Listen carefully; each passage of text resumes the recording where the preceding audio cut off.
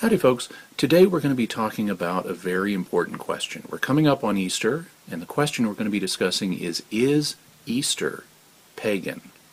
This is a question that should be of concern to all Christians, whether you're Catholic or Protestant or Eastern Orthodox or anything else, because Easter is the most important Christian holiday of all. It's even more important than Christmas. Christmas, of course, celebrates the incarnation of Christ our Savior, and Easter celebrates his resurrection following his crucifixion on Good Friday. Now, in some circles, it's been claimed that Easter is really of pagan origin, and advocates of this view cite a number of arguments in favor of that. We're going to take a look at them, and we're going to take a look at where Easter actually comes from. One of the first kinds of arguments that people use when they advocate the Easter is pagan view is frequently the fact that Easter is often associated with symbols like rabbits and eggs and baby chickens, chicks, and ducklings and things like that. And sometimes people say, oh, these are fertility symbols, and that shows us that this is a pagan holiday. Well, if you think about it, Easter is celebrated in the springtime, and spring is when nature gets fertile again after the rigors of winter. And so these are all spring symbols, and you would expect a holiday that occurs in the spring to have spring symbols associated with it, just as you would expect holidays that occur in the summer to have summer symbols, holidays that occur in the fall to have autumn symbols, and holidays that occur in the winter to have winter symbols. So the association on a kind of folk culture level of Easter with things like bunnies or eggs or chicks or ducklings proves that Easter occurs in the spring, but it doesn't prove that it's pagan. Now, in the case of eggs, there's also a special reason why eggs are associated with Easter. And the reason is that during much of Christian history, Christians in many lands would give up all animal products, including meat and milk and eggs, for Lent. Lent is the period on the church's calendar that leads up to Easter, and it symbolizes the 40 days that Jesus spent in the desert preparing for his earthly ministry, a ministry that then culminated in his death and resurrection. And so, to prepare themselves for the celebration of his death and resurrection, Christians in many places have had this custom of giving up animal products, including eggs. Now, not as many Christians today do that as in the past, but in the past, people would, and there is a certain fact about egg production that may not always be obvious to people today, because we go to the supermarket to buy our eggs, most of us, and so it's not as obvious to us, but it would be very obvious to the people back then that chickens don't stop laying just because it's Lent. So they keep producing eggs all the way through Lent. Many of them, of course, many of the eggs, of course, would go bad, because this was before refrigeration, but still, by the end of Lent, you're going to have a lot of eggs that you need to get rid of that are still good. And so it would be very natural, once the great day of celebration comes and you can celebrate by having meat and milk and eggs, to use up those eggs. And so that's one reason that eggs in particular became a symbol connected with Easter. Now, there are other arguments that are used, and some of them are based on the name Easter itself. For example, if you read some authors, they'll say, well, the fact that Easter is pagan is shown just by the name itself, because, they'll say, it's derived from the goddess Ishtar. And you can even hear the similarity between Easter and Ishtar. It would seem obvious that they're the same thing, or that they're connected. Well, this is, we're going to see, an example of what linguists refer to as a false etymology. An etymology is the origin of a word, just like the word Christian, for example, comes from the Greek word Christos, which means Christ, or the word pagan comes from the Latin word paganus, which means a person who lives in the country, because, there was more communication in cities where people live close together. And so when Christianity began to spread, it reached the cities first. People could talk to each other and exchange ideas, and it took more time to reach the people in the country. And so the people who lived there, the individual paganus, was not as likely to have heard about Christianity as quickly. And so the word pagan actually ends up coming from a word that means a person who dwells in the country. Those are examples of real etymologies that scholars have studied and we know the backgrounds of. But one of the persistent dangers of doing etymological work is that there are a lot of false etymologies that are out there. They're kind of the equivalent of urban legends. And scholars do a lot of research to try to find out the true origin of words. And sometimes things can be misleading. And the case of Ishtar and how it sounds like Easter is one of those things. It could seem, just if you know nothing else and you're just speculating based on the sounds of the word, it could seem like they're connected. But if you dig a little deeper, you find out that that's really implausible. Ishtar was a goddess. She was an Akkadian goddess, and what that means is she was worshipped in Mesopotamia, or what we today would call Iraq. Also, the Akkadians, now they spoke Akkadian, that was their language, and Akkadian is a Semitic language. That means it belongs to the same language family as Hebrew and Aramaic and Egyptian.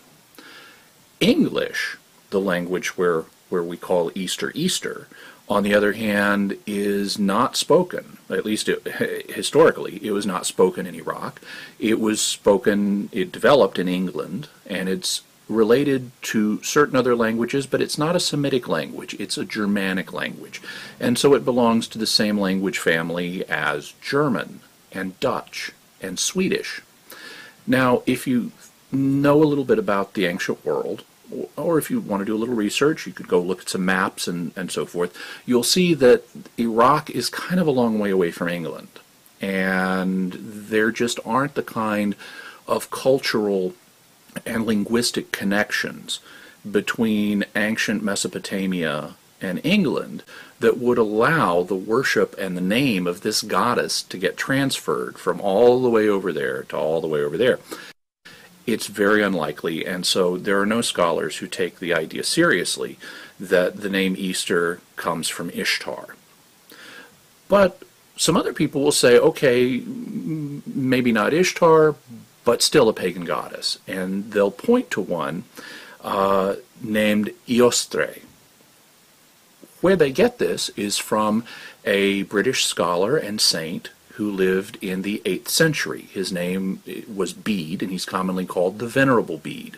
And he wrote a very famous work called The Ecclesiastical History of the British People. He described a lot of things going on in his day in England and before. And one of the things he talks about is a particular calendar that was in use locally. And one of the months on this calendar was named Eostre Monath. Now, Bede's audience didn't necessarily know where this word came from or what it meant, and so he offers an explanation. He offers an etymology for where the name of the month, Eostre Monath, came from. And Bede says that the name of the month was based on a goddess that had previously been worshipped in England. Remember, he's writing in Christian times, but he's talking about before that. And he says that there was this goddess that some of the tribes worshipped, named Eostre, and this was her month, basically equivalent to the month of April, which is when Easter commonly falls.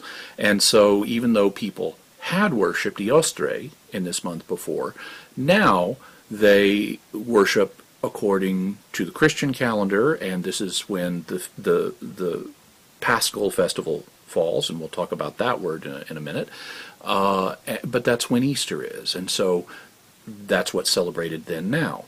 Well, some people have said, okay, there was this goddess named Eostre, and for a while that had a good bit of traction, at least starting in the 19th century, in some linguistic circles. There was a particular linguist named Jacob Grimm who read Bede's account and tried to reconstruct what the name of that goddess would have been if she had been worshipped more broadly by Germanic tribes outside of England. And he suggested that her name most probably would have been Ostara.